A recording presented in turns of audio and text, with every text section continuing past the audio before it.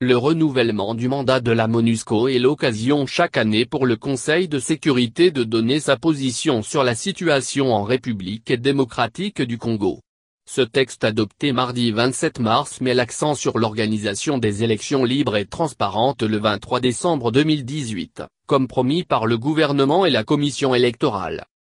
Le Conseil de sécurité s'est notamment félicité de la création d'un groupe international d'experts électoraux, présenté comme l'un des instruments que la communauté internationale compte utiliser pour suivre le processus électoral.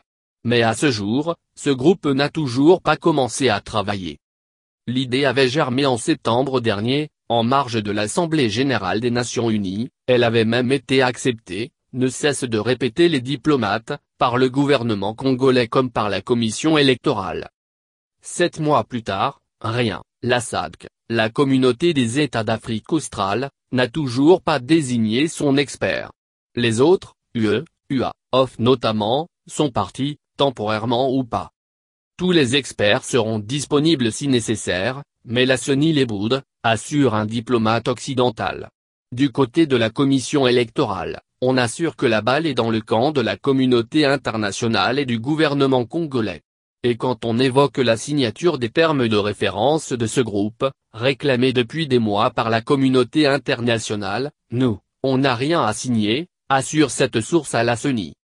Ce qui bloquait jusqu'ici en tout cas, c'était la reconnaissance par la commission électorale de l'indépendance de ce groupe d'experts, de sa capacité à critiquer le processus.